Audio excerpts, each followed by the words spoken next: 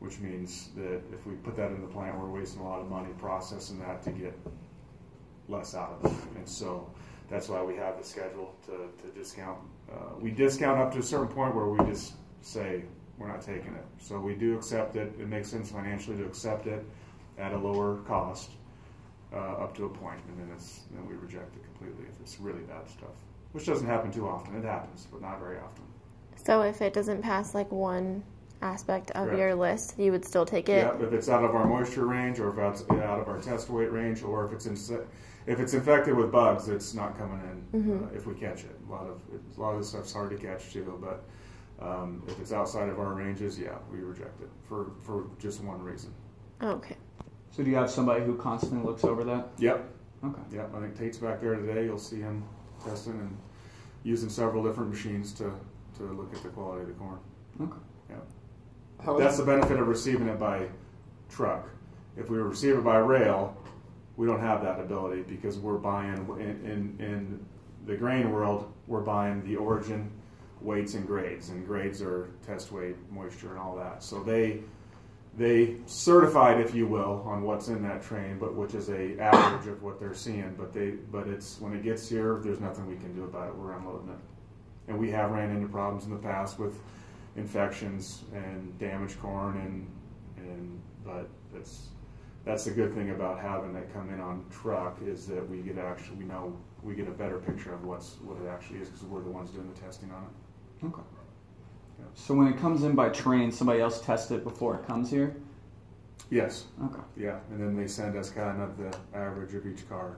But it's not like, so one car could be different than another car? Yeah, so there's a standard out there in the grain world for a standard specification for yellow number 2 feed corn is what it's called. And so it has to make that grade at least. Okay. So that has a certain range. So they can't just send us a bunch of damaged corn, but it has to certify and make that grade at least, but that's a pretty wide range of what can be accepted. So ethanol plants traditionally don't like a lot of moisture in the corn, where feedlots will accept high moisture corn. The cattle doesn't matter that much to the cows, but we see it being a problem in our process in the front end of our plant when we're grinding the corn if it's too high in moisture. Okay. So if you were to send it back, would you be short the next day?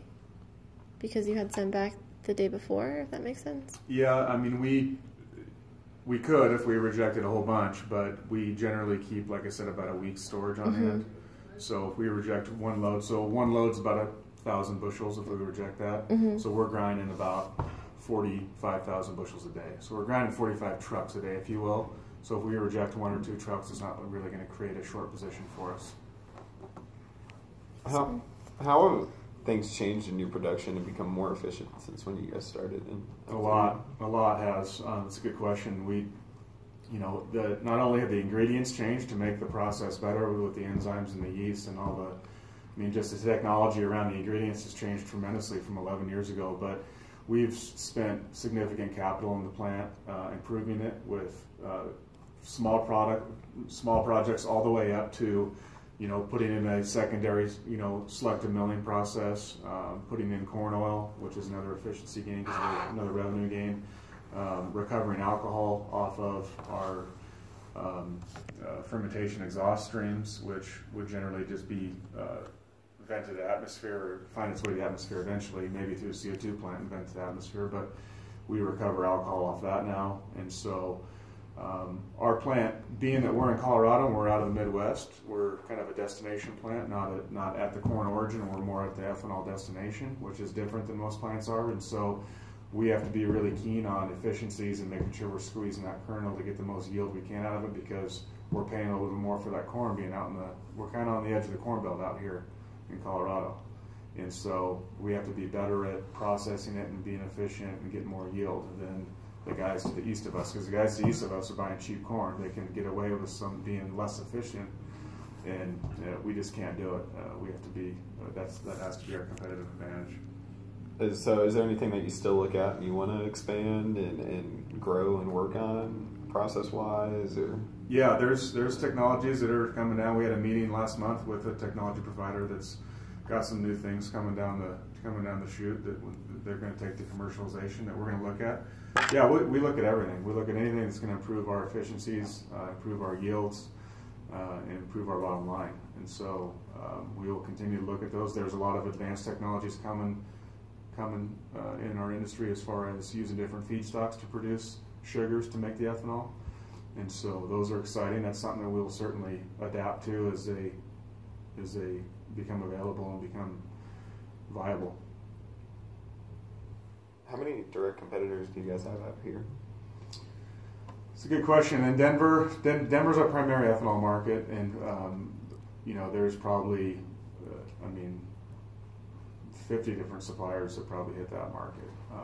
There's about 200 ethanol plants out there.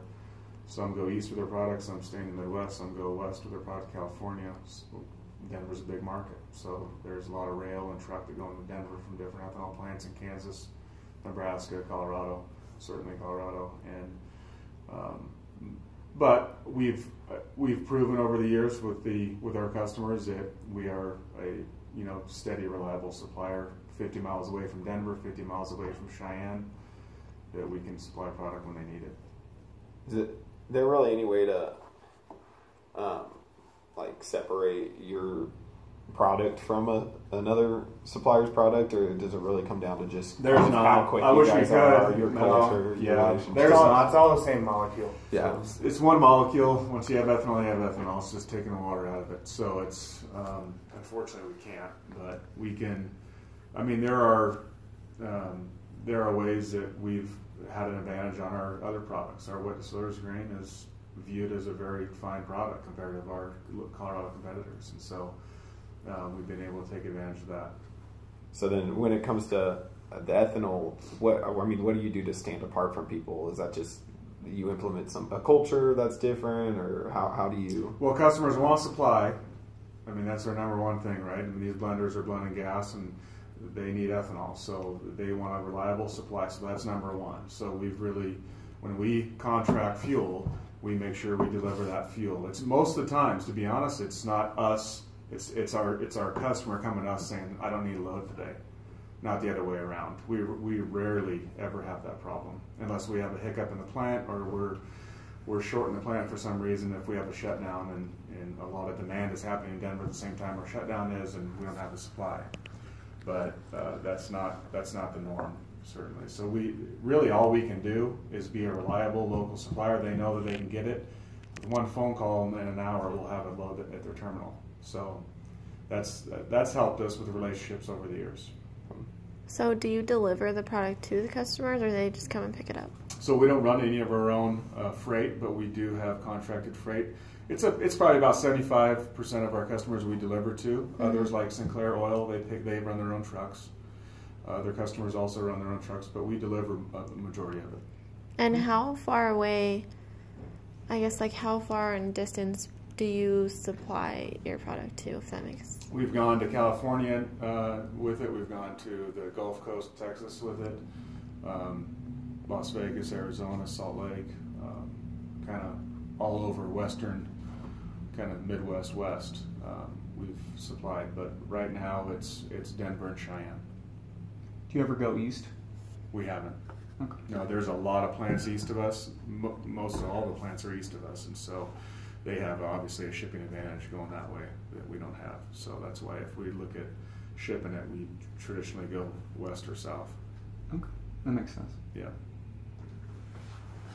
We are on shipping logistics. If it's of interest, we are on a short line railroad here that accesses the two Class 1 carriers, being the Burlington Northern Santa Fe and the Union Pacific. And so with that access, we can access a ton of markets if we need to. So where is the Union Pacific run and where is the Santa Fe run? So traditionally, the BNSF, the Burlington Northern, is traditionally upper Midwest, upper United States track, and UP is lower, and so that's. But now they share trackage, so they have specific railroad destinations, but a lot of them share track space, so we can reach almost any destination with their share agreements. But yeah. Okay. Cool. And would you like to see the company like expand in the future, or is that too difficult with all of the other plants? Yeah, our model, we've looked at it. Our model is pretty restrictive on expanding production. I think that when we talk expansion, we talk about expanding what other products we can make maybe, or what other processes we can use to make an advanced biofuel along with our traditional corn ethanol.